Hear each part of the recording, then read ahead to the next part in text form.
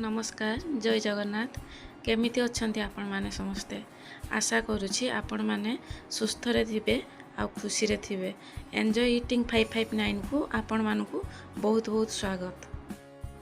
आज मु आपण मानक पई नै आछि पनीर कुलचा रेसिपी पूरा देसी स्टाइल रे ताबा रे बनेकी आपण मानकु मु देखैबी। पनीर कुलचा पाई हमर कौन कौन सब आवश्यक पड़ुची सेटा आपण मान देखि नियंतु। तो पनीर कुलचा पाई आमे दुई गिना आमे नैचु मैदा आपण जे कोनोसी मेजर कप रे मेजर करके मैदा नेबे तापरे आमे 2 चामच दही नबु पूरा फुल फुल 2 चामच आमे फ्रेश दही नबु तापरे चीनी 2 चामच नबु चीनी नै साला परे गुटे चामच आमे लूण नबु तापरे आमे बेकिंग सोडा आमर आवश्यक बेकिंग सोडा आपण गोटे चामच बेकिंग सोडा पूरा पकेबे। आपण रुटी परोटा तो सब बेले खाउथिबे किंतु एई भलिया पनीर कुलचा मझिरे मझिरे बने की खांतु आपण ढाबा आ होटल जीवा पई भूली जिवे। ढाबा होटल खाइले आपण को जो टेस्ट मिलबो घरे बने की खाइले मध्य सेही टेस्ट मिलबो। तापरे आमे जे कोनोसी रिफाइन ऑयल पकेबो अल्प पकेबो अल्प पकई सारा पर तापरे आमे भलो भाव रे ताको मिसेइबु मिसेई सारा पर तापरे आमे अल्प अल्प पानी देई भलो भाव रे चकटिबु। देखंतु मैदा को मु भलो भाव रे चकटी नै ताको डो बने देछि आ गोटे घंटा पई ढांकी की रेस्ट करिया पई छाडी।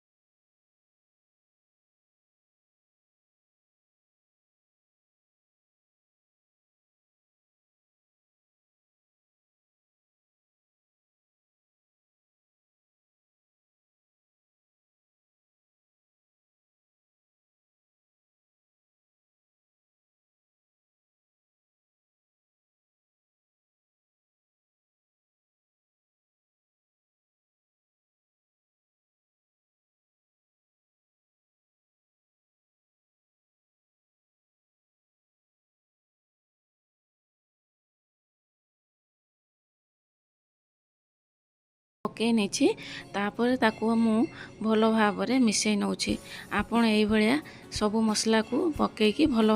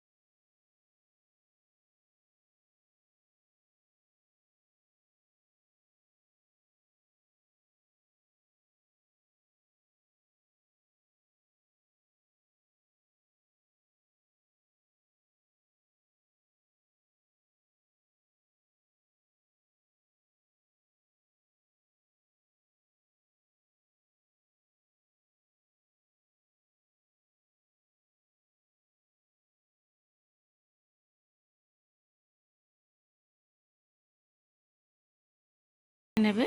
ତାପରେ ଆପଣ ଟିକେ ମଇଦା ତା ଉପରେ ପକାଇ ଦେବେ। ମଇଦା ପକାଇ ସାରିଲା ପରେ ତାପରେ ଟିକେ ଆପଣ ତାକୁ ବେଲି ଦେବେ।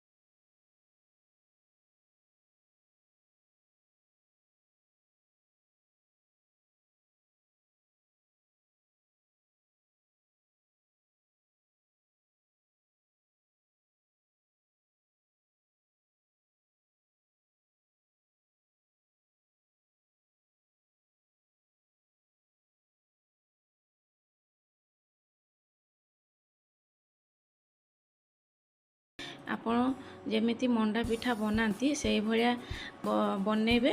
ତାପରେ ଭିତରେ ଷ୍ଟଫିଂ ଭରିଦେବେ। ଷ୍ଟଫିଂ ଭରି ଦେଇ ସାରିଲା ପରେ ତା ମୁହଁକୁ ବନ୍ଦ କରିଦେବେ। ବନ୍ଦ କରିସାରିଲା ପରେ ତାକୁ ରୁଟି ଭଳିଆ ବେଲିବେ। ଏବେ ଲକ୍ଷ୍ୟ କରନ୍ତୁ, ମୁଁ ତାର ମୁହଁକୁ ଭଲ ଭାବରେ ଷ୍ଟଫିଂ ଭରି ଦେଇକି ବନ୍ଦ କରିଦେଲି। ଆଉ ଗୋଲ କରିଦେଇ ସାରିଲା ପରେ ତାପରେ ଟିକେ ମଇଦା ପକାଇଦେଲି ଫାଷ୍ଟ। ତାପରେ ତାକୁ ରଖିଦେଲି ଗୁଲାକୁ। ରଖି ସାରିଲା ପରେ ମୁଁ ଏବେ ରୁଟି ଭଳିଆ ତାକୁ ମୁଁ ବେଲୁଛି। ଏବେ ଲକ୍ଷ୍ୟ କରନ୍ତୁ, ମୁଁ ରୁଟି ଭଳିଆ ଗୋଲ ସେ ବନେଇ ନେଇଛି। ବନେଇ ନେଇ ସାରିଲା ପରେ ତା ଉପରେ କଳା ଜିରା ପକାଇବେ ଆଉ ଧଣିଆ ପତ୍ର ଟିକେ ପକାଇବେ। ଧଣିଆ ପତ୍ର ପକାଇ ସାରିଲା ପରେ ତାକୁ ଆଉ ଥରେ ଟିକେ ବେଲି ଦେବେ। କୁଲଚା ବନେଇଲା ବେଳେ ଆପଣ ଉପରେ ଧଣିଆ ପତ୍ର କଳା ଜିରା ନ ପକାଇଲେ ତାହା ପରଟା ଭଳିଆ ଲୁକ୍ ଆସେ।